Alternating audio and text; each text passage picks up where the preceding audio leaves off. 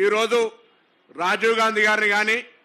గాంధీ గారి కుటుంబం మీద ఎవరైనా మాట్లాడితే ఆ సన్నాసులందరికీ ఈ కుటుంబం త్యాగాలు రక్తం చిందించి దేశం ఐక్యత కొరకు ప్రాణాలు అర్పించిన కుటుంబం గురించి మాట్లాడితే వారు సన్నాసుల కంటే ఎక్కువనే అనే మాట కూడా ఈ సందర్భంగా మనం చేస్తాను. ఎందుకంటే అటువంటి కుటుంబం ప్రాణాలను సైతం లెక్క చేయనటువంటి వారసత్వ సంపద ఉన్నటువంటి కుటుంబం అది. దేశాన్ని అనేక సంవత్సరాలు పరిపాలించి కూడా ఈరోజు ఢిల్లీలో ఇల్లు ఖాళీ చేస్తే బయటికి పోయినటువంటి పరిస్థితి ఉన్నటువంటి ఒక కుటుంబం మీద మాట్లాడుతున్నటువంటి ఆ అజ్ఞానులందరూ కనీసం జ్ఞానోదయం కలగాలని కోరుకుంటూ ఈ యొక్క మంచి కార్యక్రమాన్ని హైదరాబాద్ నగర నడిబొట్టు మీద అటు డాక్టర్ బాబాసాహెబ్ అంబేద్కర్ సాక్షి సెక్రటరియట్ సాక్షిగా, అంబేద్కర్ గారి విగ్రహం సాక్షిగా, పక్కనే ఉక్కు ప్రధాని ఇందిరాగాంధీ గారి సాక్షిగా, ఆర్థిక శాస్త్రవేత్త పివి నరసింహరావు గారి సాక్షిగా,